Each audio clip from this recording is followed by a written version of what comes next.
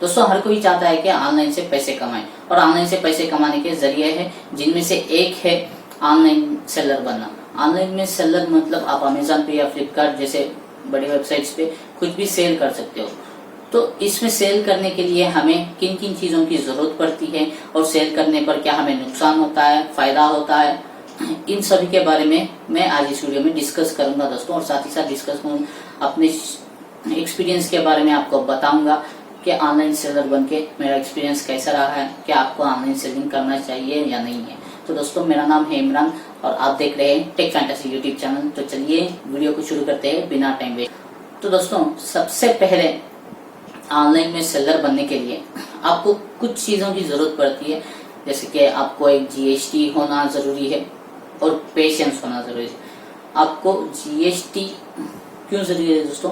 क्योंकि ऑनलाइन में अगर आप सेल करते हो तो आपके पास जीएसटी होना ज़रूरी है। बिना जीएसटी के आप ऑनलाइन में रजिस्टर नहीं कर सकते हो एज ए सेलर, ठीक है। तो जीएसटी के लिए सबसे पहले आपको जीएसटी के लिए अप्लाई करना पड़ता है। जीएसटी के लिए अप्लाई करने के लिए आपको क्या क्या ज़रूरत होती है? जीएसटी को अप्लाई करने के लिए आपको कुछ डॉक्यूमेंट्स की जरूरत होती है दोस्तों, जैसे कि आपका डीड एग्रीमेंट या रेंट एग्रीमेंट, आपने शॉप चला रहे हो तो उसका रेंट एग्रीमेंट चाहिए होता है, आपका पैन कार्ड चाहिए, आधार कार्ड, फिर आपका जो एजुकेशनल मार्कलिस्ट होता है वो, इन सभी चीज़ों की और कुछ फोटोज वगैरह होती है जो आपको अगर आप जीएसटी अप्लाई करने जा रहे हो किसी अकाउंटेंट के पास तो वो बता देगा, या फिर उसकी लिस्ट जो है मैं आपको नीचे डिस्क्रिप्शन सेक्शन में दे दूंगा। तो वहां से डॉक्यूमेंट्स की प्रूफ कौन कौन सी चाहिए वो आपको पता चल जाएगी। और अगर आप ऑनलाइन की नॉलेज आपको अच्छी है तो आप खुद से भी जो है जीएसटी के लिए अप्लाई कर सकते हो। तो आप घर बैठे भी जीएसटी के लिए अप्लाई करके इसके जीएसटी बना सकते हो आपके नाम का, ठीक है।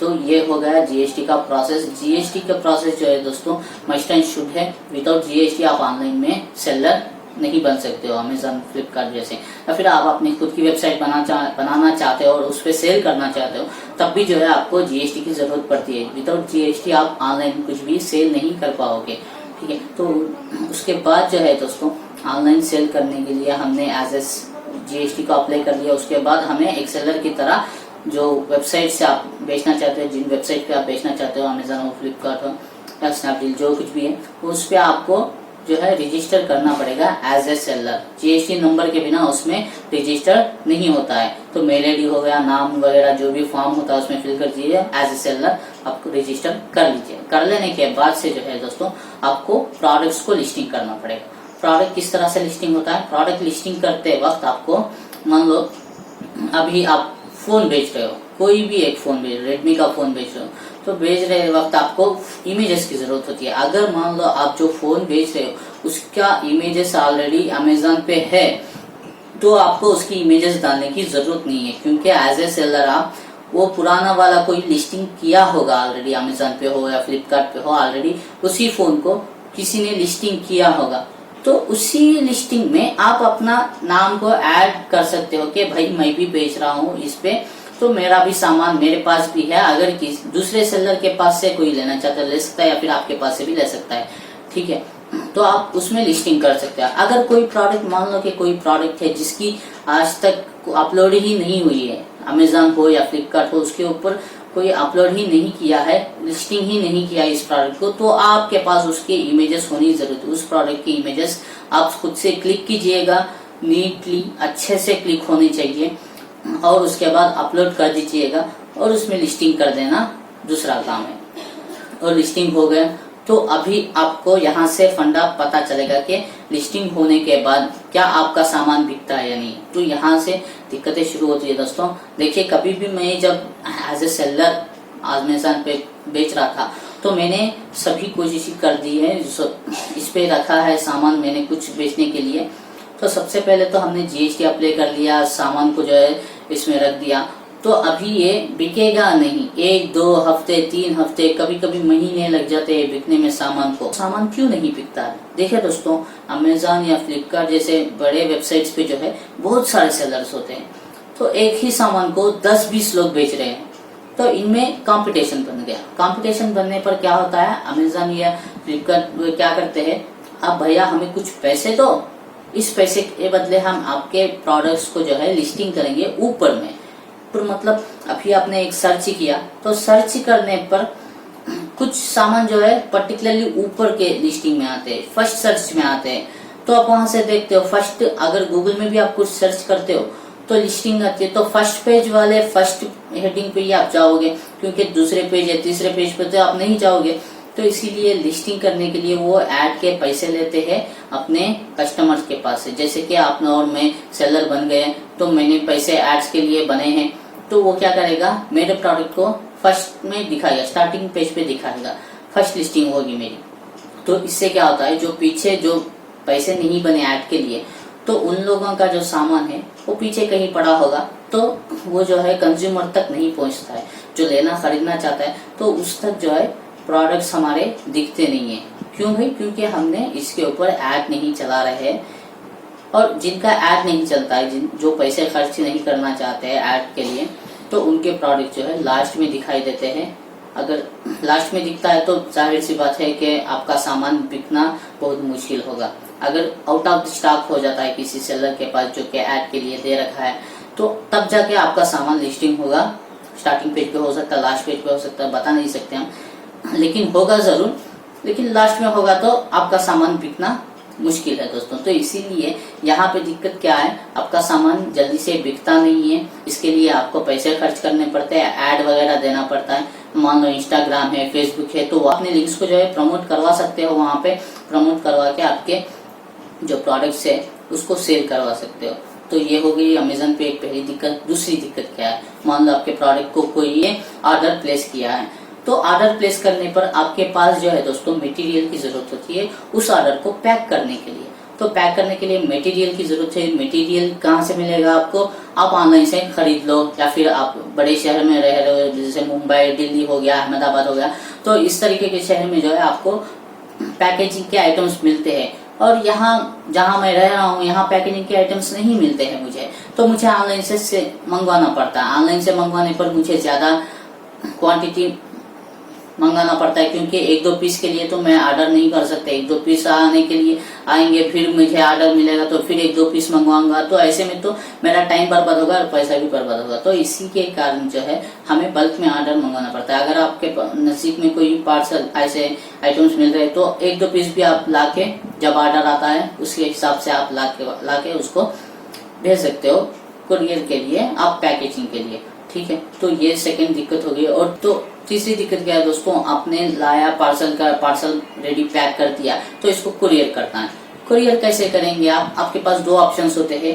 एक तो एक जो सेल कर रहे हैं आप अमेजन या फ्लिपकार्ट पे सेल कर रहे हो, तो ये खुद की अपनी एक लॉजिस्टिक कंपनी रखती है जो कि आपके कुरियर को ऑर्डर जहां से आया है उस तक पहुंचाने के लिए। तो इसके लिए आपको कुछ सर्विस चार्जेस पे करने पड़ेंगे। जैसे कि छोटा चीज है तो वेट के हिसाब से आपको 50 रुपए से स्टार्टिंग होता है। अब 1 ग्राम का हो या 10 ग्राम का, 100 ग्राम का, 200 ग्राम का, 50 रुपए लगते हैं आपके। तो 50 रुपए पे करने पर उनका एक बंदा आएगा, आपसे पार्सल लेगा और कुरियर कर देगा। वो अपने कंपनी के थ्रू, अपने लॉजिस्टिक्स के थ्रू, जैसे कि आप देख सकते हैं फ्लिपकार्ट में है, ई कार्ट है, तो ई कार्ट वाले क्या करते हैं, अपने पार्सल को लेके जाते हैं और वहां कुरियर कर दे। तो यहाँ 50 रुपए आपको सर्विस चार्ज पे करना पड़ेगा। और स्टार्टिंग में जो आपने इसको पार्सल करने के लिए डिब्बे वगैरह, वो जो पैकेजिंग मटेरियल होता है वो लेते हो, तो यहाँ 50 रुपए पैकेजिंग मटेरियल के एक मान लेते हैं, मोटा मोटा 30 रुपए। ठीक है, 30 रुपए 50 रुपए 80 रुपए हो गया। तो आपने प्रोडक्ट जो लेके आके सेल के लिए रखा है उसका दाम है 100 रुपए। 100 रुपए आपने प्रोडक्ट लेके आए और सेल के लिए रखा, कितने का रखा, 300 रुपए को रखा है। ठीक है, 200 रुपए प्रॉफिट या 100 रुपए को रखा है। तो यहाँ से आप 100 रुपए में लेके आते हो होलसेल में और 300 रुपए में उसको सेल करने के लिए रखते हो। तो यहाँ से जब इतना प्रोसेस हो रहा है कि आपने डिब्बे वगैरह लाए, पार्सल किया, ठीक है, और कुरियर करने के लिए कुरियर चार्जेस दिए 50 रुपए, और यहाँ 80 रुपए आपके कट गए। ठीक है दोस्तों, तो 80 रुपए कट गए। और जैसे ही प्रोडक्ट जाता है सेलर के पास, बायर के पास, जैसे ही प्रोडक्ट पहुंचता है और उसके बाद वो पेमेंट करता है। बायर पेमेंट करने के बाद जो है अमेजन के पास 300 रुपए आते हैं, क्योंकि आपने 100 रुपए का प्रोडक्ट लेके आए और 300 रुपए में बेचने के लिए रखा, तो बायर जो है 300 रुपए पे कर रहा है अमेजन को। अमेजन वो पैसे ले रहा है और अपने कमीशन खुद काटेगा। 300 रुपए अपने पास रखेगा 1 हफ्ते के लिए या 1.5 हफ्ते के लिए।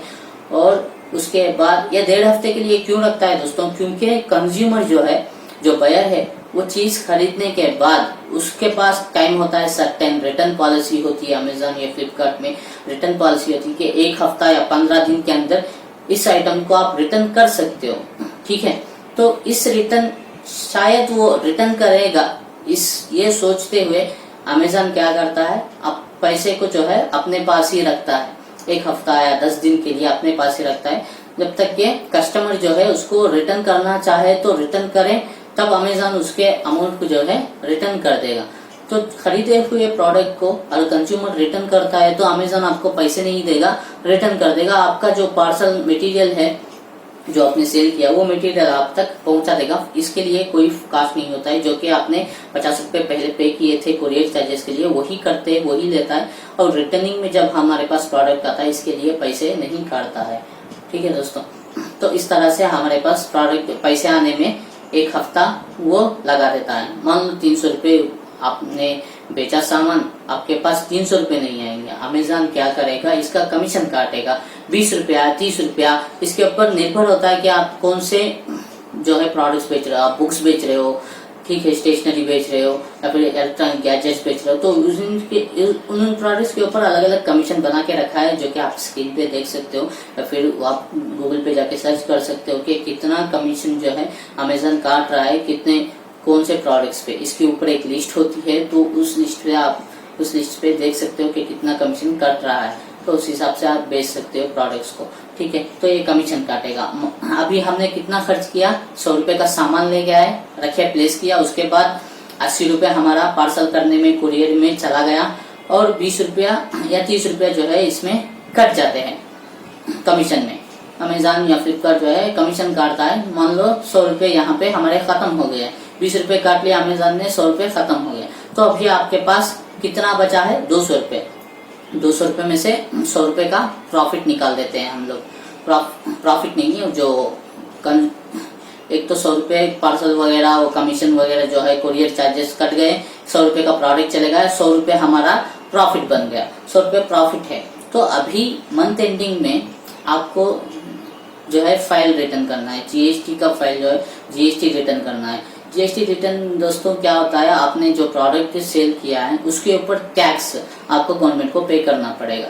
तो ये टैक्स जो है ऑनलाइन में सेल करने पर 2 तरह के टैक्स लगते हैं, जीएसटीआर 1, 2 जो कुछ होता है, एक तो स्टेट गवर्नमेंट को जाता है, एक तो सेंट्रल गवर्नमेंट को जाता है। तो दोनों टैक्स को आपको पे करना पड़ेगा। इसमें भी फंडा है दोस्तों के आप डोमेस्टिकली बेच रहे हो, नेशनल वाइज बेच रहे हो, यानी कि आप मान लीजिए मैं आंध्र प्रदेश में रहता हूँ तो आंध्र प्रदेश में ही मैं बेच सकूंगा, तो इसके लिए एक टैक्स होता है। अगर आप आंध्र प्रदेश से बाहर बेचते हो तो उसके लिए और एक टैक्स लग जाता है। तो दोनों टैक्स को आपको पे करना पड़ेगा। आप चाहे आंध्र प्रदेश में बेच रहे हो या बाहर बेच रहे हो, एज ए ऑनलाइन सेलर बेच रहे हो, तो आपको सेंट्रल गवर्नमेंट और स्टेट गवर्नमेंट दोनों तरफ के लिए जो है आपको पैसा टैक्स पे करना पड़ेगा, ठीक है। तो टैक्स हर महीना आपको पे करना पड़ेगा जीएसटी में।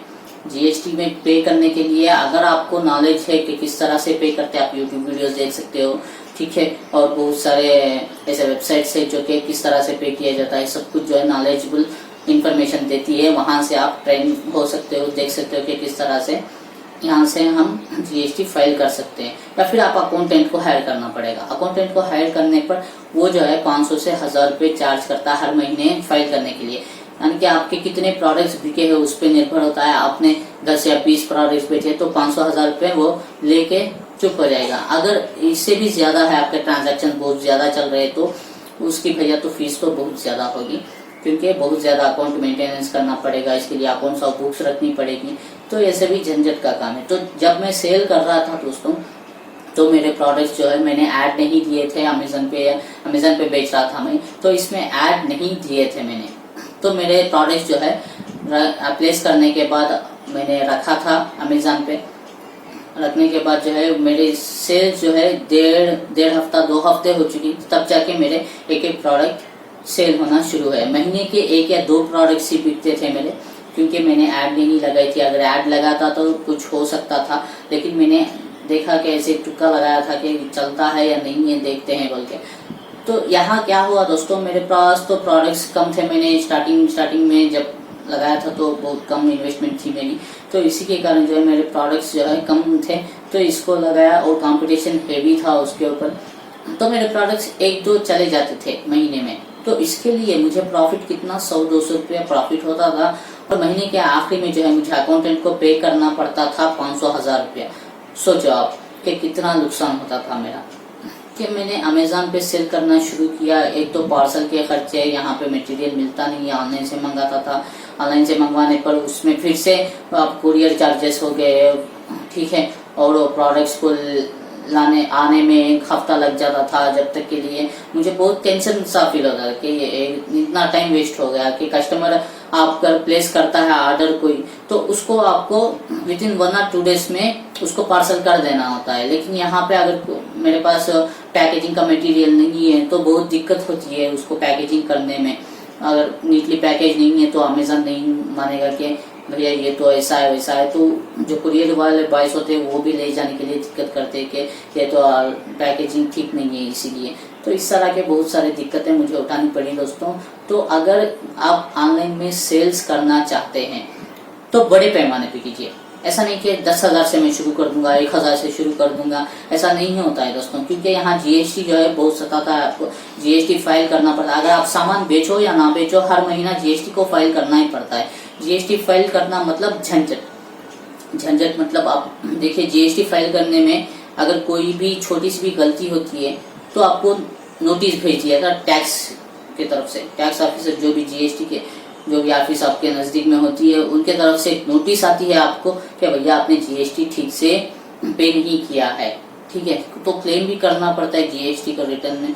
तो ये सब झंझट होती है जो कि मुझे नॉलेज नहीं था इसके बारे में, हालांकि मैं कर सकता था, लेकिन इतनी झंझट क्यों लेना हमें बोल के मैंने अकाउंटेंट हायर किया था, जिसको मुझे बहुत मोटा पैसा देना पड़ता था 1 या 2 प्रोडक्ट्स के लिए। आप 200-300 कमा रहे हो महीने का, आपके प्रॉफिट आ रहा है और आप पे कर रहे हो अकाउंटेंट को 1000 रुपये 1500 रुपये, तो आपको कैसे लगेगा। तो इसीलिए दोस्तों कभी भी देखिए, ऑनलाइन में वीडियोस बहुत है कि हमने अमेज़न पे इतना कमा लिया, हमने इतना कमा लिया, तो पीछे वाला जो हिस्सा है दोस्तों कि कितनी झंझट उठा रहे हैं वो लोग ये नहीं बताते। वीडियोस बना के डालते हैं, आप मेरे मुझे ऐसा कोई बंदा जाता है इंटरव्यू करता है किसी अमेज़न सेलर का कि भैया इतना कमा रहे हो आप इतना, तो आप देख सकते हो उनका बहुत बड़ा गोडाउन होता है। ऐसा नहीं कि छोटी शॉप रखिए, जो घर से कर रहे हो, आप घर से भी करते हो तो इन्वेस्टमेंट ज़्यादा रखिए, ज़्यादा माल लाइए और फिर उसको सेल कीजिए, तो आपको जो है फायदा होगा। अकाउंटेंट भी आप अगर आप खुद से करते हो, टैक्स पे करते हो, खुद से जीएसटी को फाइल करते हो ऑनलाइन के थ्रू, तो आपको फायदा होगा। अगर आप अकाउंटेंट हायर करते हो तो अकाउंटेंट को पैसे देने में ही आपका पूरा प्रॉफिट जो है वहीं पे चले जाएगा, और यहाँ अमेज़न को कमीशन देना पड़ेगा और ऐड लगानी पड़ेगी। अगर आप चाहते हो कि आपके प्रोडक्ट जो है बड़े पैमाने पे ज्यादा बिके तो आपको एड्स भी लगानी पड़ेगी, एड्स के लिए पैसा खर्च करना पड़ेगा। तो ये सब भी बातें होती है दोस्तों अमेज़न या फ्लिपकार्ट में सेल करने के लिए। तो एक झंझट का काम है, इसलिए मैंने देखा इसको 6 महीने तक इसमें कुछ प्रॉफिट नहीं हो रहा, प्रॉफिट हो रहा था लेकिन इसमें ज्यादा नुकसान हो रहा था मुझे, तो इसीलिए मैंने वहां से क्विट कर दिया और जीएसटी को कैंसिल करवा दिया। अगर जब तक जीएसटी आपके पास होती है तो उसको फाइल करना ही पड़ता है। अगर फाइलिंग नहीं करते, आप छोड़ देते हो 1 महीना 2 महीने, तो कुछ दिन देखते हैं, कुछ महीने देखते हैं और फिर नोटिस भेजते हैं आपको, लीगली एक्शन लेते हैं आपके ऊपर। तो इसीलिए इन सभी बातों के बारे में आप एक बार सोच लीजिए, उसके बाद ही अमेज़न या फ्लिपकार्ट जैसी वेबसाइट पे आप आगे सेलर बनने की कोशिश कीजिए। अगर इसके बारे में आपको नॉलेज नहीं है तो आपको नॉलेज मिल गई होगी वीडियो के द्वारा। अगर आपको कोई भी डाउट है तो प्लीज मेंशन कीजिएगा कमेंट सेक्शन में, मैं आपका रिप्लाई करने की कोशिश करूंगा सारा। तो दोस्तों ये सभी जो है एक तरफा अमेज़न ये जो है थर्ड पार्टी वेबसाइट्स है, तो इनमें सेल करने के लिए आपको क्या करना है क्या नहीं करना आपको समझा गया। और अगर आप चाहते हो कि आपकी खुद की वेबसाइट बनाए और उसमें सेल करें तो क्या प्रोसेस है, देखिए खुद की वेबसाइट बनाने के लिए आपको नॉलेज है तो आप खुद बना लेंगे। ऑनलाइन में बहुत सारे वीडियो ट्यूटोरियल्स है जिसकी मदद से आप बना सकते हो, बना के वेबसाइट में सेल कर। या फिर अगर आप चाहते हो कि किसी और से बनाए हम वेबसाइट, तो 25 से 30 हज़ार आपका खर्चा निकलेगा अगर जान पहचान वाला। अगर नहीं है तो 40-50 हज़ार वो वेबसाइट बनाने के डेवलप करने के लिए और आपके प्रोडक्ट्स को लिस्टिंग करने के लिए। लिस्टिंग करना आपको खुद से पड़ेगा क्योंकि वो जो वेबसाइट डेवलपर है वो लिस्टिंग नहीं करते, लिस्टिंग करने के अलग चार्जेस लेते हैं। तो इसमें 40-50 हज़ार यहाँ पे खर्चा हो गया। और आप जो प्रोडक्ट्स लाते हैं उसको लिस्टिंग करोगे। लिस्टिंग करने के बाद क्या आपके प्रोडक्ट्स अपने वेबसाइट पे बिकेंगे? नहीं बिकेंगे दोस्तों, क्योंकि आपका वेबसाइट जेन्युइन है या फेक है किसको पता है। तो इसीलिए इसको आप एडवर्टाइजमेंट करना पड़ेगा, डिजिटल मार्केटिंग करनी पड़ेगी इसके ऊपर। तो आपके वेबसाइट को डिजिटल मार्केटिंग करे, ये सभी लफड़े सभी झेलते हुए 1-2 साल कट जाएंगे आपके वेबसाइट के ऊपर। आप पैसे डालते रहोगे तो ये डेवलप होने में 1-2 साल लगेंगे। फिर 1-2 आपके जो है प्रोडक्ट्स बिकने शुरू होंगे। तो 1-2 साल के बाद से आपके 1-2 प्रोडक्ट्स बिकने शुरू होंगे। तो तब जब आपकी, उससे पहले आपको जीएसटी बनाना पड़ेगा दोस्तों। ऐसा नहीं है कि आप ऐसे ही वेबसाइट बना दिया और बेच रहे हो, ऐसा नहीं है। अगर जीएसटी आप भरते नहीं हो, ऑनलाइन में डाल रहे हो, कोई भी प्रोडक्ट बेच रहे हो और जीएसटी नहीं दे रहे हो, तो आपके ऊपर लीगल एक्शन लिया जाएगा। तो इसीलिए जब आपका प्रोडक्ट सेल होना शुरू होगा तब आपको जीएसटी बनाना पड़ेगा ही पड़ेगा। तो जीएसटी बनाने पर किसी भी प्लेटफॉर्म पर आप बेचो, चाहे आपके वेबसाइट पे बेचो, दूसरे प्लेटफॉर्म पे बेचो, तब भी आपको जीएसटी और अकाउंट्स बुक को आपको मेंटेनेंस करना पड़ेगा। तो तभी जाके आप ऑनलाइन पे एक सेलर बन सकते हो दोस्तों, नहीं तो बहुत ज्यादा दिक्कतें उठानी पड़ेगी। तो ये सभी का फंडा जो है आके अटकता है जीएसटी पर। जीएसटी फाइल करना ही एक बहुत बड़ी दिक्कत है दोस्तों। अगर आप ऑफलाइन सेलर हो तो जीएसटी भरना, जीएसटी में 2 तरह के जीएसटी होते हैं, कुछ मुझे याद नहीं आ रहा है। तो ऑनलाइन सेलिंग करने के लिए अलग जीएसटी होती है और ऑफलाइन सेलिंग करने के लिए आप 3 महीने या 6 महीने में एक बार उसका फाइलिंग होता है, जीएसटी फाइलिंग। तो उस हिसाब से ले सकते हो आप। या ऑनलाइन सेलिंग करना है तो हर महीना इसके लिए आपको दोस्तों अपने वेबसाइट पे आप जाना चाहते हैं तो 1 से 10 बार सोच लीजिए। अपना वेबसाइट बना के उस पे सेल करना बहुत मुश्किल काम है। आप थर्ड पार्टी वेबसाइट पे बेच सकते हो, यानी कि उनको थोड़ा कमीशन जाता है, रीजनेबल है वो कमीशन भी, ज्यादा कुछ नहीं होता है, रीजनेबल होता है। लेकिन आपके प्रोडक्ट जो है बिकना है तो उसके लिए मोटा मोटा पैसा आपको इन्वेस्ट करना पड़ेगा एडवर्टाइजिंग के लिए। ठीक है दोस्तों, तो इस तरह से जो है ऑनलाइन सेलिंग होती है। तो मैंने क्विट कर दिया, इससे नहीं होने वाला था, ऑफलाइन में ही मेरी अच्छी सेलिंग हो रही है तो इसीलिए ऑनलाइन सेलिंग मैंने छोड़ दिया। अगर चाहता तो मैं कंटिन्यू कर सकता था बड़े पैमाने पे और भी ज़्यादा इन्वेस्टमेंट करके मैं एड्स वगैरह देके इसको चला सकता, लेकिन मुझे जो है इंस्टेंट पेमेंट नहीं है, इंस्टेंट इनकम जो है मेरी जनरेट नहीं होती है दोस्तों। क्योंकि जो पैसा वहां से आता है उसके डबल ट्रिपल पैसा मुझे खर्च करना पड़ता था कंटेंट के ऊपर, और अगर ऐड भी लगाता था तो और भी पैसे ऐड करने पड़ते थे मुझे। यहाँ प्रॉफिट के बगैर मेरा नुकसान हो जाता, तो इसीलिए मैंने क्विट कर दिया। तो आप भी अगर ऑनलाइन सेलर बनना चाहते तो सोच समझ कर आइए। ऐसा नहीं है कि आते ही आपका प्रोडक्ट धड़ाधड़ बिकना शुरू है, ऐसा कुछ भी नहीं है। आपके प्रोडक्ट बिकने में टाइम लगेगा, उसके लिए आपको पेशेंस रखनी पड़ेगी और आपको नए नए में जो है अपने खुद के हाथ से पैसा डाल के काम चलाना पड़ेगा। तो दोस्तों ये था आज की वीडियो में, बस इतना ही। अगर वीडियो को लेकर कोई डाउट या सुझाव है तो आप मेंशन कीजिए कमेंट सेक्शन में, मैं आपका रिप्लाई करूंगा। और इसी तरह के वीडियोस आगे भी देखते रहने के लिए हमारे यूट्यूब चैनल टेक का को सब्सक्राइब जरूर कर लीजिए। वीडियो आपको पसंद आया तो वीडियो को लाइक जरूर कीजिएगा दोस्तों, और शेयर कीजिए अपने दोस्तों और रिलेटिव्स के साथ। तो यही था आज के वीडियो में, तो उम्मीद करता हूँ वीडियो आपको पसंद आएगा। तो चलिए दोस्तों मिलते हैं अगले वीडियो में, तब तक के लिए take care and good bye.